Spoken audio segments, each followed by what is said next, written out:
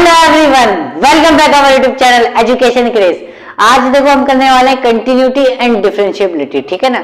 इसको अगर किसी ने क्लास 11th में नहीं भी पढ़ा है ना, लिमिट्स एंड डेरिवेटिव्स नाम का एक चैप्टर था, ठीक है ना, तो उसी का ये एक्सटेंशन है, मतलब उसके आगे का टॉपिक है ये। तो अगर किसी ने क्लास 11th में नहीं भी पढ़ा, कोई टेंशन लेने की बात नहीं है, मैं यहाँ पे एकदम बेसिक से बताऊंगा, ठीक है ना। तो स्टार्ट करते हैं कंटिन्यूटी। तो कंटिन्यूटी स्टार्ट करने से पहले ना उसकी थोड़े से हम क्या करते हैं, बेसिक्स कर लेते हैं, ठीक है ना। सबसे पहले हम क्या करेंगे, कंटिन्यूटी पढ़ेंगे, ठीक है। इसके बेसिक्स पढ़ेंगे, फिर कंटिन्यूटी वाली एक्सरसाइज स्टार्ट करेंगे, ठीक है। फिर तो हमारी डिफरेंशिएबिलिटी है, ठीक है ना। सबसे पहले कंटिन्यूटी स्टार्ट करते हैं, ठीक है।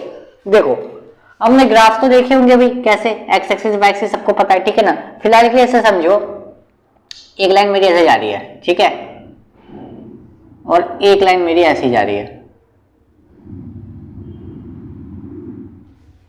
ठीक है ना। देखो एक ऐसी लाइन या फिर ग्राफ के अंदर कोई ऐसी लाइन जिसको मैं बिना पेन लिफ्ट किए ड्रॉ कर सकूं, वो मेरा कंटिन्यूस होता है। देखो जैसे ये वाला था, अब इसको मैंने स्टार्ट किया यहां से ऐसे करते करते बिना पेन लिफ्ट किए कर दिया ना मैंने, तो ये मेरा कंटिन्यूस ग्राफ है। क्या है मेरा, ये मेरा कंटिन्यूस है, या फिर कंटिन्यूटी कह सकते हो आप, ठीक है ना। ये मेरा क्या कंटिन्यूस फंक्शन है, ठीक है। ये वाला क्या है, देखो यहाँ पे मैंने पेन स्टार्ट किया, यहाँ पे गया, फिर देखो यहाँ से मुझे पेन लिफ्ट करना पड़ा, फिर मैंने यहाँ से यहाँ तक किया, ठीक है। मतलब कि जिसका ग्राफ ब्रेक ना हो, जिसका ग्राफ में कोई भी लाइन बना, कोई भी फंक्शन बना रहे, कोई भी ग्राफ बना रहे हो, ग्राफ ही तो बना रहे तरीके का ये, ठीक है ना। तो ग्राफ ब्रेक ना हो वो कंटिन्यूस होता है। देखो ग्राफ ब्रेक नहीं हुआ तो क्या हुआ, कंटिन्यूस हो गया। और ये जिसका ग्राफ ब्रेक हो जाता है क्या होता है, नॉन कंटिन्यूस हो जाता है बस, ठीक है। इसको डिसकंटिन्यूटी भी कहते हैं, ठीक है ना। आप ये कह लो या फिर ये कह लो, बात एक ही है। और नॉन कंटिन्यूस भी कहते हैं, इसको डिसकंटिन्यूटी भी कहते हैं। इसको क्या करते हैं, इसको कंटिन्यूस भी कहते हैं और कंटिन्यूटी भी कहते हैं, जो कि हमारे चैप्टर का नाम है। इतना तो क्लियर हो गया कि क्या होता है कंटिन्यूस, क्या होता है जिसका ग्राफ ब्रेक ना हो, ठीक है ना।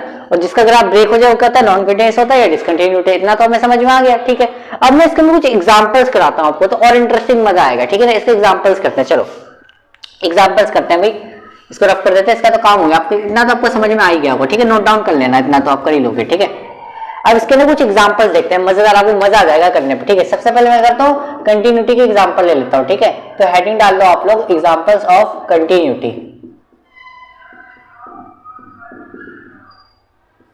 ठीक है। कंटिन्यूटी के एग्जांपल्स पढ़ते हैं। देखो मैं आपसे बोलूं कि मुझे ना ग्राफ बना के दिखाओ y इक्वल टू एक्स का ग्राफ, आप कहोगे ये मैं कैसे बनाऊंगा ग्राफ तो ऐसे थोड़ी ना बन सकता है, y इक्वल टू एक्स का ग्राफ तो ऐसे, चलो एक्स एक्सिस वाई एक्सिस बना लिया हमने। अब मैं कह रहा हूं आपको y इक्वल टू एक्स का ग्राफ बनाओ, आप कैसे बनाओगे। देखो कोई सा भी ग्राफ बनाने के लिए हमें याद था, जो क्लास 9 पे हम करते थे, कैसे ये बना लेते थे टेबल, ठीक है ना। यहाँ पर क्या करते थे हम, एक्स वाई की वैल्यू लिख लेते थे, ठीक है ना। फिर x की जगह पर वैल्यू डालते थे, क्या करते थे हम, x की जगह पे 0 रखते थे। फॉर एग्जांपल x की जगह मैंने 0 रखा, x की जगह पे 0 रखते हैं तो y कितना आ गया, 0 आ गया। अगर मैं x की जगह पे 1 रखूंगा तो y कितना आ जाएगा, 1 आ जाएगा। x की जगह पे 2 रखूंगा तो y कितना आ जाएगा, 2 आ जाएगा। तो ग्राफ बन तो गया मेरा। देखो कैसे 0,0 तो यहाँ होता है, यहाँ मान लो 1 2 3 ऐसे चल रहा है, यहाँ पे भी 1 2 3 ऐसे चल रहा है, ठीक है।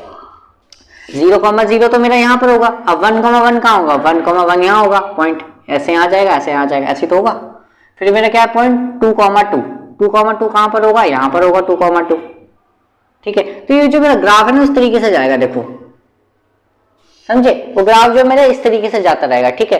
अब इसके अंदर आप -1 डालोगे, -2 डालोगे, हमें ना ग्राफ सब लर्न होने चाहिए धीरे। ग्राफ लर्न भी नहीं है कोई बात नहीं, आप ऐसे करके वैल्यू निकाल सकते हो, लेकिन अब हम इतनी बड़ी क्लास में आ चुके हैं कि हमें ग्राफ लर्न होने चाहिए। मेरे को y इक्वल टू एक्स का ग्राफ लर्न है, लेकिन मैं आपके लिए बेसिकली बता, मुझे पता है y इक्वल टू एक्स का ग्राफ ऐसे बनता है, देखो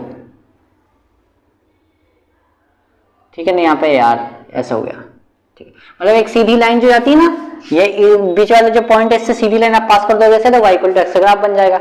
अब आप कहोगे यार ये वाला तो समझ में आ गया कि यहाँ से तक बना दिया, आपने ये वाली लाइन ऐसे कैसे बना दी, समझ में नहीं आया। देखो अगर आप इसके अंदर -1 डालोगे तो y कितना आ जाएगा, -1 आ जाएगा। तो यहाँ पर भी तो पॉइंट होगा ना, तो ऐसे बन जाएगा, एक पॉइंट यहाँ आ जाएगा। और एक पॉइंट अगर -2 डालोगे तो कितना आ जाएगा, -2 आ जाएगा, तो ग्राफ यहाँ बन जाएगा। -3 डालोगे तो ऐसा बन जाएगा। तो ऐसे ही ना पॉइंट हमारा चलता रहता है, ठीक है ना। तो ये y equal to x graph है। अब देखो मैंने क्या किया, एक सीधी लाइन यहाँ से तक खींच दी, पेन लिफ्ट थोड़ी ना किया कहीं भी मैंने, वो तो मैंने आपको समझाने के लिए यहाँ से यहाँ तक बनाया। वैसे मुझे याद है y इक्वल टू एक्स का ग्राफ मुझे याद था, तो मैं क्या डायरेक्ट ऐसे करके बना दूंगा। तो मेरा कंटिन्यूस फंक्शन है, सिंपल सी बात है, मेरा कंटिन्यूस फंक्शन है। ठीक है। ऐसे यहाँ पे एक और सेकंड एग्जांपल ले लेते हैं। देखो मैं यहाँ पे ग्राफ बनाता हूँ y equal to x square का ग्राफ। अब ये कैसे बनेगा ग्राफ, देखो इसका ग्राफ भी मुझे लर्न है। देखो उसका ग्राफ कैसे लर्न होगा, देखो ऐसे, ठीक है। अब देखो ये भी मैंने पेन बिना लिफ्ट किए कर दिया। पेन बिना लिफ्ट किए कैसे किया मैंने, देखो ऐसे करके मैंने ऐसे कर दिया, तो मेरा y equal to x square graph बन गया। अगर आप अब सोच रहे हो कि यार आपने कैसे बना दिया, क्योंकि मुझे ग्राफ से लर्न है, आपको भी ग्राफ लर्न होना चाहिए। देखो नहीं भी लर्न है तो देखो कैसे बनाओगे, आप ऐसे बनाओगे, देखो एक्स वाई ऐसे कर लोगे, टेबल बना लोगे, ठीक है ना। ग्राफ्स इंपॉर्टेंट नहीं है, पेपर में नहीं आते, लेकिन आपको लर्न होनी चाहिए, आपको कंसेप्ट और क्लियर होगा, मजा आता है ना करने में। देखो यहाँ पे आपको करना एक्स और वाई लिख लेना है। अगर आप एक्स की जगह पे जीरो डालोगे, यहाँ पे अगर जीरो डालोगे तो जीरो का स्क्वायर कितना होगा, जीरो का स्क्वायर कितना होगा, जीरो होगा ना। देखो यहाँ पे देखो, जैसे आप यहाँ पर डालोगे जीरो, एक्स की जगह पे जीरो डाला, जीरो का स्क्वायर कितना होगा, जीरो होगा। तो y की वैल्यू कितनी आ जाएगी, जीरो। अगर आप x की जगह पे 1 डालोगे तो 1 का स्क्वायर होगा, तो y की वैल्यू कितनी आ गई, यहाँ से 1 आ गई।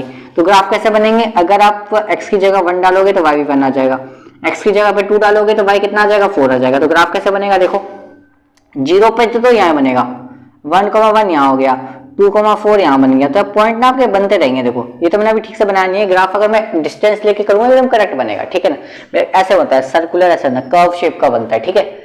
ऐसे अगर मैं एक और एग्जांपल लूं, यहाँ पे एग्जांपल लेता हूं मैं, y equal to modulus x। Modulus को सब जानते हैं ना क्या होता है, ये हर चीज में नेगेटिव वैल्यू को पॉजिटिव कर देगा, मतलब इसके अंदर अगर मैं नेगेटिव वैल्यू भी डालूंगा तो मेरा आंसर क्या आएगा, पॉजिटिव आएगा, है ना।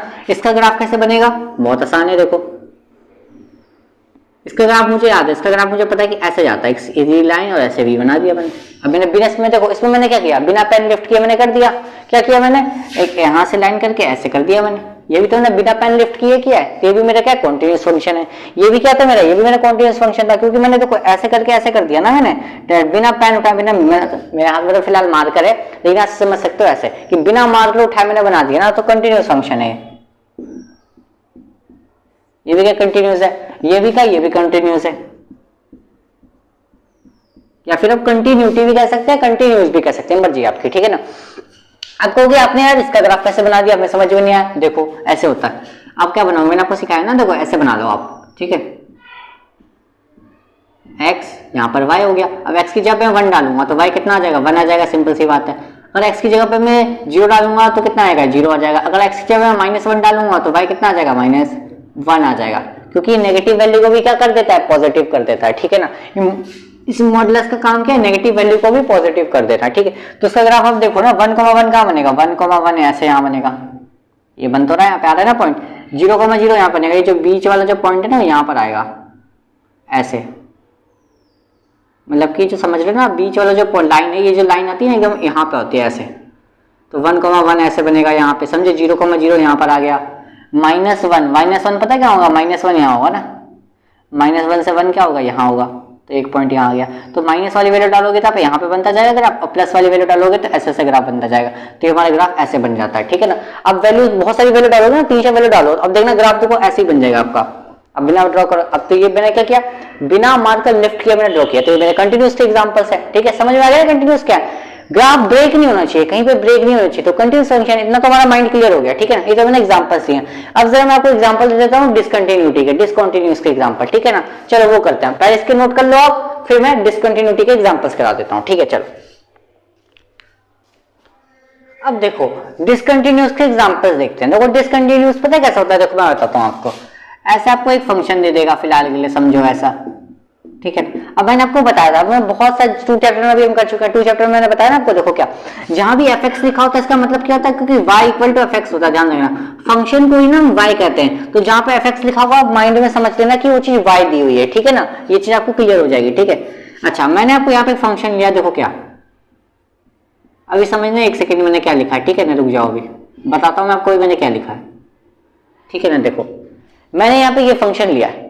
अब देखो कहोगे ये कैसा फंक्शन लिया आपने, देखो ये मैंने बनाया ग्राफ।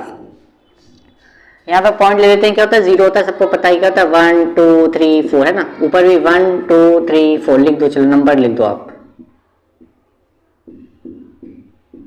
यहाँ भी क्या होगा, -1 -2 इस तरीके से ना, सो ऑन चलता रहता है, ठीक है। चलो नीचे लिखने की जरूरत नहीं है, देखो ऊपर से काम हो जाए। अब देखो क्या बोला फंक्शन में, फंक्शन क्या हो गया, y हो गया, y की वैल्यू। तो क्या बोला फंक्शन में कि x की वैल्यू जब 0 ध्यान ध्यान से समझना क्या, x की वैल्यू जब 0 से छोटी है, देखो मुंह खुला है ना, मुंह बंद है, मतलब x की तरफ मुंह बंद है, तो यानी इसका मतलब क्या है कि x की वैल्यू छोटी है। x की वैल्यू क्या है, मतलब 0 से छोटी है और 0 के बराबर है, तब मेरा वैल्यू कितना जाती है, देखो 1 आ जाता है। इसका मतलब समझो समझो समझो, देखो क्या कह रहा है, मतलब कह रहा है कि y की वैल्यू मेरी 1 कब आती है, जब मेरा x की वैल्यू या तो 0 होती है या फिर 0 से कम होती है, ये कह रहा है क्वेश्चन। 0, अच्छा, यानी अगर x की वैल्यू हम 0 डालते हैं तो मेरा y 1 आ जाता है, ठीक है। और 0 से कम मतलब कितना, यानी -1, -2, -3, -4, जितनी भी माइनस, ये नहीं बोला इसने ये नहीं बोला कि कितनी कम, नंबर दिया कि यहां तक जाना, कितनी कम था, माइनस इन्फिनिटी तक जाएंगे हम, ठीक है ना। तो कोई सी माइनस से वैल्यू डालो तो भी आंसर कितना आ रहा है, 1 आ रहा है, उसने ये बोला है क्वेश्चन में, ठीक है। तो अगर मैं इसका ग्राफ बनाऊं तो ध्यान से देखना, बोला कि x की वैल्यू 0 या फिर 0 से कम, 0 से कम क्या होगी, यहाँ पे इतनी सारी वैल्यू, ठीक है। तो मेरा आंसर कितना आएगा, 1 ही आएगा। तो मैं क्या करूंगा, देखो ऐसे कर दूंगा, देखो ये 1 हो गया पॉइंट वाला, इसको ऐसे खींच दूंगा। इसका मतलब क्या होता है, देखो इसका मतलब समझो, इसका मतलब क्या होगा, ये नोड मैंने ऐसा बना दिया, ठीक है, और इसको मैंने 1 पर ऐसे खींच दिया। इसका मतलब क्या है, देखो अगर मैं 0 डालूंगा तो मेरा आंसर 1 आ रहा है, ठीक है। अगर मैं -1 डाल रहा हूं तो मेरा आंसर कितना आ रहा है, 1 आ रहा है। पॉइंट ऐसे तो बनाते हैं। अगर मैं आपसे बोलूं कि -1 और 1 ड्रॉ करो तो क्या करोगे आप, -1 से यहाँ ले जाओगे, 1 से यहाँ ले जाओगे, ठीक है। आप क्या करोगे, -2 से यहाँ ले जाओगे, 1 ले जाओगे। अगर मैं ऐसे बोलूंगा पॉइंट आपको बनाने के लिए तो आप यही तो करोगे, ऐसे बना दोगे। फिर -3 से 1 से लेकर आके एक पॉइंट आपका यहाँ बन जाएगा, एक पॉइंट यहाँ बन जाएगा, एक पॉइंट यहाँ बन जाएगा, ऐसे तो बनाओगे आप डायग्राम, ऐसे तो बनाओगे ना। तो यही होता है आपका।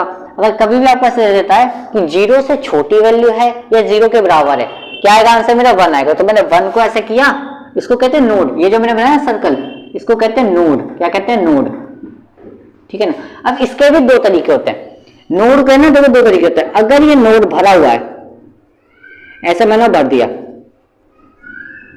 देख समझना, ये बहुत इंपॉर्टेंट चीज बता रहा हूं मैं, ये मैं ड्राइंग नहीं कर रहा हूं, इंपॉर्टेंट चीज बता रहा हूं। देखो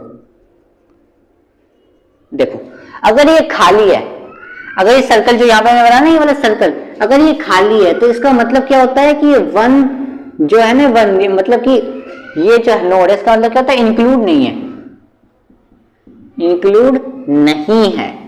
इसका मतलब क्या होता है, नोड है, इसका नाम भी नोड ही होता है, लेकिन इसका मतलब क्या हो गया, अगर भरा हुआ है पूरा, इसका मतलब क्या है, इंक्लूड है। अभी इंक्लूड का मतलब क्या होता है, देखो समझो, यहां पे पॉइंट क्या बोला था, 0 के बराबर है, 0, और ये जब भी आ जाता है ना ऐसा साइन, ऐसा साइन, देखो यहां समझना, शॉर्टकट तरीका बता रहा हूं, ऐसा साइन दिया हो, ऐसा साइन दिया हो, तो इसका मतलब क्या होगा, हमें ना ये चीज भरनी पड़ती है, ये चीज क्या होती है, भरनी पड़ती है ऐसे।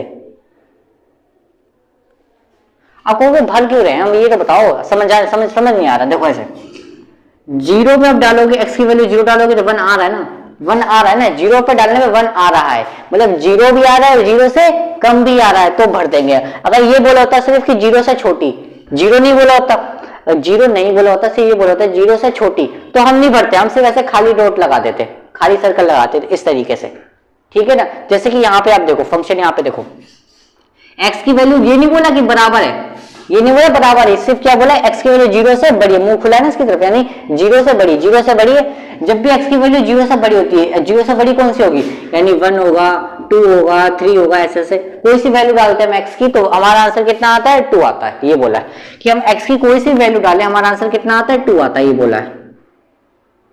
तो ऐसे कर देंगे, तो x की वैल्यू 1 डालेंगे तो 2 आ रहा है, 2 डालेंगे तो भी 2 आएगा, 3 डालेंगे 4 डालेंगे तो भी 2 आ रहा है, आंसर 5 डालेंगे, कितनी वैल्यू डालो आंसर कितना आ रहा है, 2 आ रहा है। अब देखो इसमें क्या बोला, इंक्लूड नहीं बोला, ये साइन नहीं लगाया, तो हम नहीं भरेंगे, उसको नहीं भरेंगे, ठीक है। इसका मतलब होता है कि वो इंक्लूड नहीं है, मतलब वो नंबर स्पेसिफिक इंक्लूड नहीं है। अगर ये हो जाता तो इसका मतलब हो जाता, अगर मैं ऐसे लगा देता ना, इसका मतलब ऐसे, तो इसका मतलब ये हो जाएगा कि x की वैल्यू 0 डालने पर भी 2 आ रहा है आंसर, और 0 से बड़ी डाल रहे तो भी आंसर 2 ही आ रहा है, ठीक है ना। इसका मतलब ये होगा, लेकिन ये साइन नहीं लगाया, इसका मतलब क्या होगा, 0 को छोड़ देना है, 0 से सिर्फ बड़ी वाली वैल्यू देखनी, 0 नहीं देखना है, 0 से बड़ी वैल्यू, उसी को हम कहते हैं इंक्लूड, ठीक है ना। इंक्लूड का मतलब हो गया कि ये नंबर इंक्लूड हो गया, मतलब 0 भी इंक्लूड हो गया, और इंक्लूड नहीं का मतलब 0 हटा दिया हमने बस, ठीक है ना। तो अब देखो ग्राफ देखो, अब ध्यान से देखो, ये मैंने एक लाइन ऐसे बना दी और एक लाइन में ऐसे बना दी, तो मेरे को पेन लिफ्ट करना पड़ा, सिंपल सी बात है। अब खुद ही देखो, एक लाइन में ऐसे बनाऊंगा, ऐसे थोड़ी ना कि मैंने ऐसे बना के ऐसे कर दूंगा, नहीं ऐसे थोड़ी ना करूंगा, मैं ऐसे बनाया, मैंने एक लाइन पहले ऐसे बनाई होगी, फिर मैंने एक लाइन ऊपर करके ऐसे बनाई, तो मेरा ग्राफ ब्रेक हुआ ना, देखो यहाँ पे ग्राफ मेरा ब्रेक हो गया, तो ये मेरा क्या हो गया, डिसकंटिन्यूस हो गया, सिंपल सी बात है। क्या हो गया, मेरा फंक्शन कितना हो गया, मेरा ये फंक्शन मेरा डिसकंटिन्यूस हो गया, क्योंकि मेरा ब्रेक हो गया ग्राफ,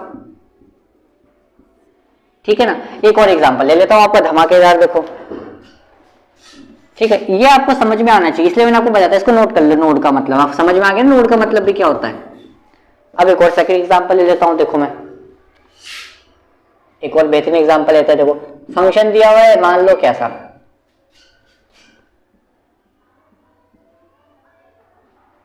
ठीक है,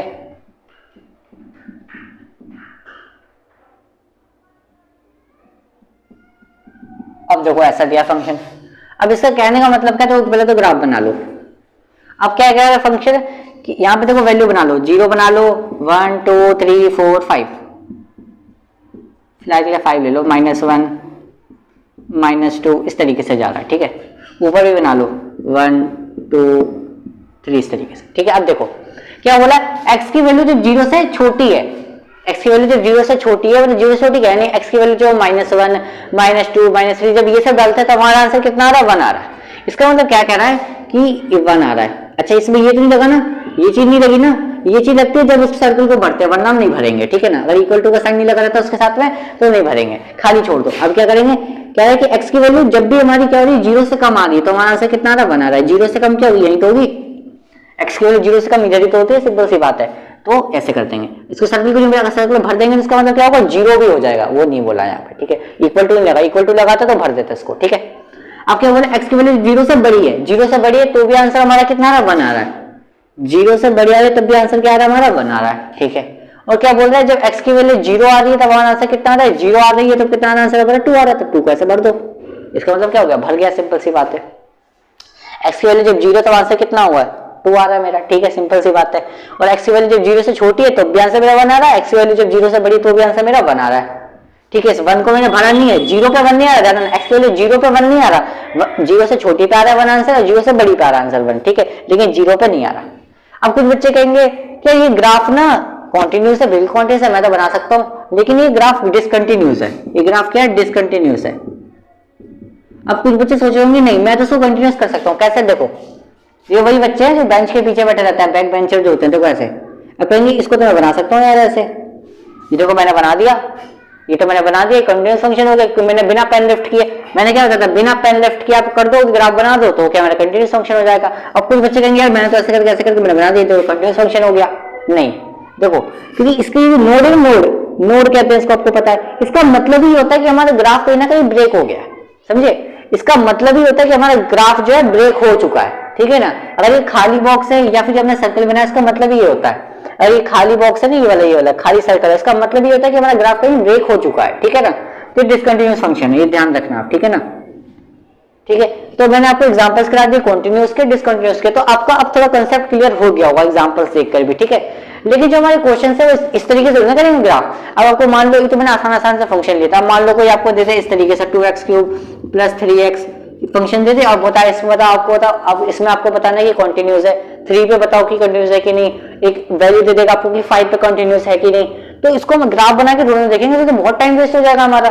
तो इसको करने का एक प्रॉपर मेथड है, वो मैं आपको सिखाता हूँ। ठीक है ना, चलो स्टार्ट करते हैं वो मेथड। ठीक है, अब मेथड सीखने के लिए आपको सबसे पहले लिमिट पता होनी चाहिए। लिमिट क्या होता है, लिमिट इसका मतलब क्या है, देखो लिमिट का मतलब हो गया, लिमिट को हम LIM लिखते हैं शॉर्ट फॉर्म में। ठीक है ना, x टेंड्स टू 2, मैं ये बता रहा हूँ एग्जांपल देख के लिख के बता रहा हूँ। ठीक है, इस लिमिट को हम शॉर्ट फॉर्म में LTV लिख सकते हैं। ठीक है ना, आप कह रहे हो कि x टेंड्स टू मतलब क्या, मतलब कि लिमिट तो चलो समझ में आ गई, लिमिट हुई। अच्छा, ये x टेंड्स टू ये चीज है क्या, ये चीज क्या है, इसका मतलब क्या है, देखो ये जो एरो है ना, एरो, इसका मतलब क्या है, इसका मतलब है टेंड्स टू। अभी बताता हूँ क्या चीज होती है, टेंड्स टू कह लो या फिर आप अप्रोचेस कह लो।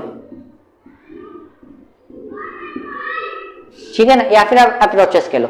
इसका मतलब है कि इसकी वैल्यू 2 नहीं है, x की वैल्यू 2 नहीं है, 2 के बहुत ज्यादा पास है, बहुत ज्यादा पास। मतलब देखो आप लंबर लाइन बनाओगे ऐसी 0 1 2 ऐसे बनाओगे। ठीक है ना, तो इसका मतलब क्या है कि x की वैल्यू टेंड्स टू 2 का मतलब है कि 0 2 के बहुत आसपास है, मतलब कि या तो ये 2 से हल्की सी कम हो सकती है या 2 से हल्की सी ज्यादा हो सकती है, मतलब कि या तो ये पॉइंट यहाँ होगा या तो यहाँ होगा, मतलब कि 2 के पास जस्ट पहुंचने वाला होगा, उतनी दूरी पर होगा, समझ गए, यानी 2 के बहुत ज्यादा पास, बहुत ज्यादा पास, मतलब कि कैसा, यानी ये तो होगा 1.99999 कुछ इस तरीके से होगा।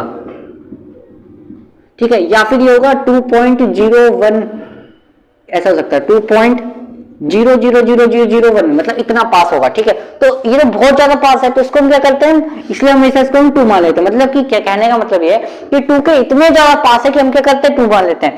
अगर मैं आपको बताऊं किसी बच्चे के मान लो 90 में से 89.9 आ गए, तो क्या करता है परसेंटेज, तो कहता है ना कि मेरी 90 आ गई परसेंटेज, वो क्या करता है एक में बढ़ा देता है, क्योंकि 90 के इतने ज्यादा क्लोज है, क्यों कह देता है चलो 90%। ऐसे ही यहाँ भी होता है, ये 2 के इतने ज्यादा पास है ना, किसको हम 2 कह देते हैं, ठीक है ना। ऐसे ही अगर मैं आपको कह दूं कि लिमिट x टेंड्स टू 3, तो इसका मतलब क्या हो गया, ये 3 के बहुत ज्यादा पास है, 3 वैल्यू नहीं है लेकिन 3 के बहुत ज्यादा पास है, इसलिए हम उसकी वैल्यू 3 ले लेते हैं, ठीक है ना। ये टेंड्स टू का साइन ऐसा होता है ना, थोड़ा सा एरो, मतलब एरो बनाते हैं ना वैसे, ऐसा होता है टेंड्स टू का साइन, ठीक है। अप्रोचेस भी कहते हैं इसको, ठीक है, टेंड्स टू कह लो या अप्रोचेस कह लो, बात एक ही है। और लिमिट को या तुम LIM देखते हैं या LT देखते हैं, मैं ज्यादा तक देखा ये जो है ना, ये हम ज्यादा यूज करते हैं, ठीक है। तो आप ये भी कर सकते हो, ठीक है। ये शायद हम कॉलेज लाइफ में जो है ये हम यूज करते हैं LT, ठीक है ना। लिमिट अब ये जो NCERT उसमें शायद हमारे में यही दे रखा है, LIM दे रखा है NCERT में, ठीक है। तो आप कर सकते हो, आप ये लिख दो, ये लिख दो, बात एक ही है, कोई दिक्कत नहीं है, ठीक है। अब हम सीखते हैं अपना प्रॉपर मेथड किसको सॉल्व कैसे करते हैं, क्वेश्चंस को, कंटीन्यूअस एंड डिसकंटीन्यूअस के क्वेश्चन को सॉल्व कैसे करते हैं, ठीक है। चलो स्टार्ट करते हैं। देखो ये तो मेरा आपको समझाने का था कि क्या चीज है, ठीक है, लिमिट समझाने की थी कि क्या चीज है। अब देखो क्वेश्चन देखो आप, सिंपल सी बात है। देखो अब ना मैं आपको बहुत इंपॉर्टेंट फॉर्मूला बताने वाला हूं, बहुत इंपॉर्टेंट फॉर्मूला, देखो क्या चीज है वो।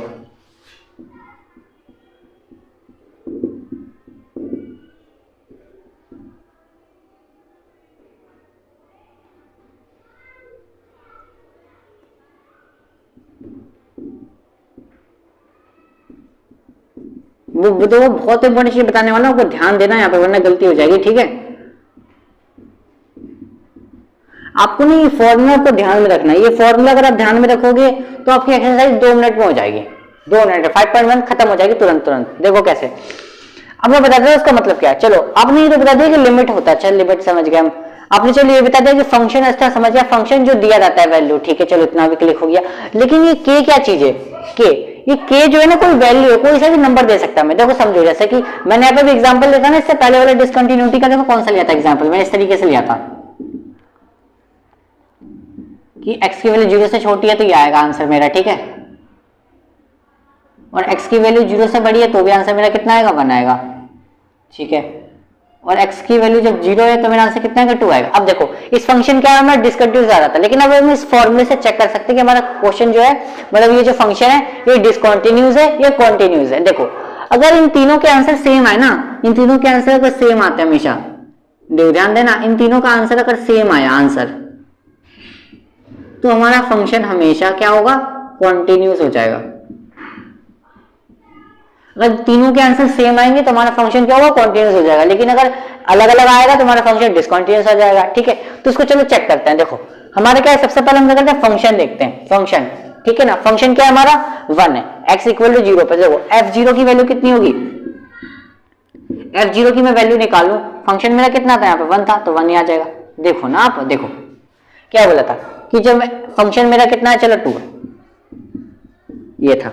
अब बोल रहा है कि जब मैं x की जगह पे 0 डालता हूं तो मेरा आंसर कितना आ जाता है, 2 आ जाता है। तो मैंने वही तो किया, मैंने x की जगह पे 0 डाला तो मेरा आंसर कितना आ रहा है, 2 आ रहा है। ये बोला था क्वेश्चन में, सिंपल सी बात, यही तो बोला था क्वेश्चन में। अब क्या बोला था, लिमिट, फंक्शन कितना है मेरा, फंक्शन तो फंक्शन ही रहेगा, x टेंड्स टू k। के का मतलब क्या हो गया, जो वैल्यू ये जो दिया है ये सब क्या है, वैल्यू, तो इनको के की जगह पे रखना होता है। जो बोला जाता है ना कि 0 से इतना कम है, 0 से छोटा है, ये 2k से है, 3 से, तो ये जो वैल्यूज यहाँ पे दी रहती है ना, उसको हम k की जगह पे रखते हैं। कि क्या है मेरा कांस्टेंट है यहाँ पे, ठीक है ना। कि तो यहाँ पे क्या हो गया 0, तो 0 से क्या हो गया छोटा, मतलब मैंने बता था ना क्या चीज है ये, 2 के बहुत पास हो सकती है, 2 से हल्की से कम हो सकती है, 2 से हल्की से ज्यादा, ये मैंने बताता ना आपको यहाँ पे। तो देखो जो हल्की से कम होती है ना उसके ऊपर हल्का सा माइनस लगा देते, उसका समझ में आ गया। अच्छा 0 से यानी हल्की से कम, ओ ठीक है ना। अब देखो 0 से हल्की सी कम, तो आंसर क्या आ रहा है हमारा, हमेशा 0 से कम पे क्या आ रहा है आंसर मेरा, बना रहा है, ठीक है। अच्छा लिमिट फंक्शन, अब 0 से हल्की सी बड़ी पे देखते हैं, x टेंड्स टू 0 से हल्की सी बड़ी पे, तो मेरा आंसर कितना आ रहा है, 0 से हल्की सी बड़ी पे कितना आ रहा है, 1 आ रहा है। तो अब देखो तीनों के आंसर देखो, आप खुद ही बताओ सेम आ रहे हैं क्या, नहीं आ रहे, क्योंकि इसका आंसर क्या आ रहा है, अलग आ रहा है, ठीक है ना। तो ये मेरा फंक्शन क्या हो गया, डिसकंटिन्यूअस हो गया। अगर मैं इसको लिखना चाहूं प्रॉपर तरीके से तो कैसे लिखूंगा, देखो इस तरीके से, f0 equal to limit x tends to क्या, ये मेरा जीरो है ना, equal to limit function x tends to 0 plus. तो ये मेरा क्या है, इक्वल नहीं है, सिंपल सी बात है, ये मेरा f0 के बराबर नहीं है ना, ये दोनों चलो इक्वल है लेकिन ये मेरा बराबर नहीं है। तीनों जब बराबर होंगे तब मेरा फंक्शन कॉन्टिन्यूस होगा, ठीक है ना, और यहाँ पे बराबर नहीं है तो मेरा फंक्शन डिसकंटिन्यूस है। तो लिख देंगे hence this function is discontinuous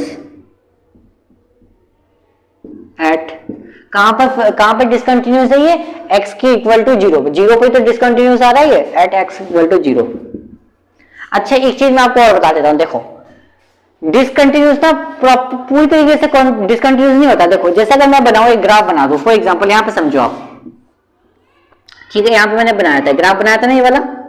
अब देखो ये डिसकंटिन्यूस तो है फंक्शन, डिसकंटिन्यूस फंक्शन है, लेकिन ये पूरी तरीके से डिसकंटिन्यूस नहीं आप कहोगे, कैसे, देखो ये डिसकंटिन्यूस सिर्फ इस पॉइंट पर डिसकंटिन्यूस है, ये सिर्फ इस पॉइंट पे डिसकंटिन्यूस है, समझे, लेकिन ये यहां से यहां तक तो कंटिन्यूस है, क्योंकि मैंने क्या बताया कंटिन्यूस क्या था, जो बिना पेन लिफ्ट के बना दे हम। तो देखो डिसकंटिन्यूस सिर्फ ये इस पॉइंट पर है, बाकी यहां पर तो कंटिन्यूस है, देखो यहां पर भी मैंने बिना पेन लिफ्ट किए कर दिया, ठीक है ना, तो ये भी कंटिन्यूस है, ये भी कंटिन्यूस है, लेकिन ये जहां पे ब्रेक होता है ना, बस वो वाला पॉइंट डिसकंटिन्यूस होता है, बाकी तो कंटिन्यूस ही होता है, ठीक है ना, लेकिन जहां पे उसे ब्रेक हो जाता है सिर्फ वो पॉइंट हमारा डिसकंटिन्यूस होता है। देखो इसीलिए मैंने यहाँ पे देखो फंक्शन भी देखो इसलिए लिखा हमने कि फंक्शन डिसकंटिन्यूस है, कहां पर डिसकंटिन्यूस है, सिर्फ x की वैल्यू 0 पे, वरना तो बराबर आ रहा था, देखो 0 से कम पे भी आंसर सेम आ रहा था, 0 से ज्यादा पे भी सेम आंसर आ रहा था, बस ये डिसकंटिन्यूस कहां पर है, 0 पे, 0 पे हमारा आंसर अलग आ गया, ठीक है, तो वहां पे ग्राफ हमारा टूट गया, सिंपल सी बात है, तो ये फंक्शन मेरा डिसकंटिन्यूस हो गया, ठीक है। तो इसी तरीके से ना हमारे कुछ क्वेश्चंस आएंगे, वो एक्सरसाइज 5.1 हम जो स्टार्ट करेंगे ना, तो आपको बहुत अच्छे से समझ में आएगा, ठीक है ना। अब मैं आपको एक लास्ट ना इसमें और एक बेहतरीन चीज बताता हूँ, अलजेब्रा बता देता हूँ, कंटीन्यूअस फंक्शन का अलजेब्रा, बस वो कर लेते हैं, फिर हमारी बेसिक्स पूरी कंप्लीट हो जाएगी, ठीक है। बस ये फॉर्मूला आपको ध्यान में रखना है, इसको फॉर्मूले को नोट कर लो आप, ठीक है, अलजेब्रा ऑफ कंटीन्यूअस फंक्शन, ठीक है ना।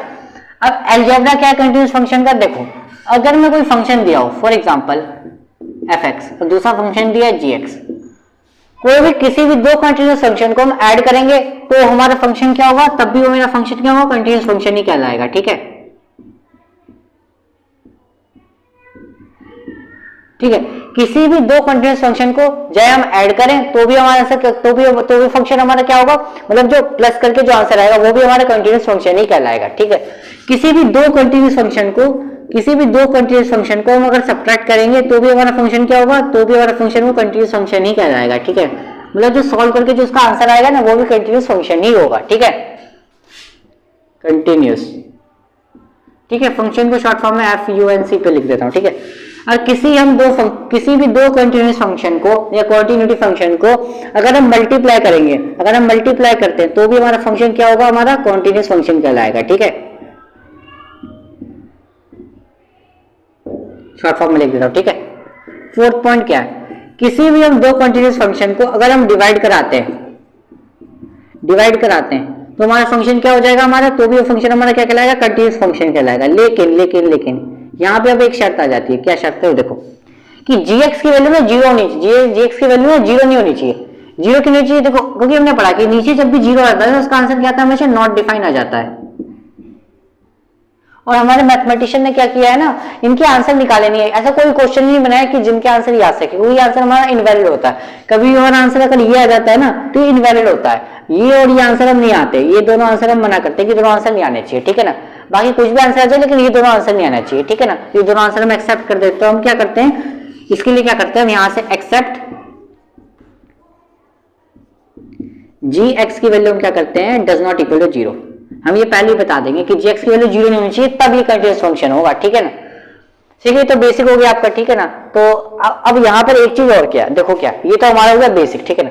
अब मैंने आपको बताया 0/0 आंसर, देखो जैसे कि अगर मैं बोलूं ये वाला क्वेश्चन है फॉर एग्जाम्पल, ठीक है, अगर मैं आपसे बोलूं कि x टेंस टू 2 है, अब इसको सॉल्व करो, आप इसको सॉल्व करो तो आप क्या करोगे, 2 इसकी वैल्यू डालोगे, क्या करोगे, 2 का स्क्वायर -4, 2 - 2, तो क्या होगा, 2 का स्क्वायर कितना होगा, 4, 4 - 4 नीचे कितना होगा, 2 - 2, 4 - 4 कितना होगा, 0, 2 - 2 कितना होगा, 0, तो इसका आंसर 0/0 हो गया। लेकिन मैंने आपको क्या बताया कि ऐसे आंसर नहीं होगा, ये इनवैलिड कहलाता है, या तो आप इसको इनवैलिड कह लो या इनडिटरमिनेट कह लो, या इनडिटर्मिनेंट कह लो, ठीक है ना, बात एक है। इनवैलिड कह लो या फिर इनडिटर्मिनेंट कह लो, बात एक ही है, ठीक है ना। ऐसा आंसर नहीं आना चाहिए। जब भी हमारे ऐसे फंक्शन होते हैं ना, इनको सॉल्व करने का हम कुछ तरीका लगाएंगे। क्या तरीका लगाएंगे? या तो ना हम इनको सॉल्व करने का एक दो तरीके होते हैं, या तो हम इनको थोड़ा सा सिंप्लीफाई करेंगे, या फिर यहां पे ना हमारी कुछ आइडेंटिटी लग रही होगी कहीं ना कहीं। ये दो तरीके से इनको सॉल्व करेंगे। जब भी हमारी ऐसी कंडीशन बन रही हुई 0/0, तो ये तो आंसर हमें चाहिए नहीं, तो हमारा जो फंक्शन है ना उसी में कुछ ना कुछ गड़बड़ी रहती है, तो उसको हम सही करेंगे। या तो हम उसको थोड़ा सिंप्लीफाई करेंगे, या तो हम उसकी आइडेंटिटी लगा के सॉल्व करेंगे। जैसे कि अगर मैं इसको सॉल्व करूं, इसका मैं कुछ और आंसर लेकर आता हूं, देखो हो सकता है, देखो कैसे। अब ये देखो x² - 4 है, अगर मैं इसको सॉल्व करूं, देखो सिंपल सी बात है, इस 4 को मैं क्या लिख सकता हूं, 2 का स्क्वायर लिख सकता हूं, ठीक है, और x - 2 तो यहाँ पे चल ही रहा है। तो अब देखो ध्यान से देखो, आप ऊपर की फॉर्मूला नहीं बन रहा है a² - b² का, ठीक है, बन रहा है। तो इसको लिख सकता हूँ ना x - 2, यहाँ पे लिख सकता हूँ x + 2, तो मेरा आंसर कितना आया नीचे x - 2, ठीक है, नीचे तो यही बचा। अब देखो इससे क्या हो गया, ये कैंसिल आउट हो गया, तो मेरा आंसर कितना है यहाँ पे ऊपर x + 2 आया। अब x की वैल्यू कितनी है मेरी, टेंस टू 2 है, तो अब मैं x की वैल्यू 2 डाल देता हूँ, 2 + 2 मेरा आंसर कितना आ गया, 4 आ गया। देखो 4 आ गया ना आंसर, तो ये तो हमारा कोई दिक्कत नहीं, चल जाएगा। बस ये आंसर नहीं आना चाहिए, 0/0 आना चाहिए, और ये हमारा 1/0 ये नहीं आना चाहिए आंसर, बस, ठीक है ना। तो ऐसे क्वेश्चनों से हम इनवैलिड करेंगे। जब भी ऐसा होगा तो यानी हम दो तरीके होंगे, या तो उसको सिंप्लीफाई करेंगे या आइडेंटिटी करेंगे, ठीक है। तो देखो भाई बहुत अच्छी वीडियो होगी, सिंपल सी बात है। आप लाइक कर देना इस वीडियो को, आपको अच्छा लगा है, सिंपल से, मुझे पता है कि आप लोगों को अच्छी लगी है, ठीक है। अपने जितने भी फ्रेंड्स हैं उनको ये वीडियो शेयर कर देना, ठीक है। चैनल को सब्सक्राइब कर देना, अगर नहीं होता चैनल को सब्सक्राइब कर दो बिल्कुल, और उसका जो ऑल पे कर देना, ऑल पे प्रेस करोगे तो मेरी जितनी वीडियोस होगी आपकी नोटिफिकेशन सीधे आपको पहुंच जाएगी, ठीक है। मिलते हैं नेक्स्ट वीडियो में, तब तक के लिए थैंक यू, मिलते हैं नेक्स्ट वीडियो में।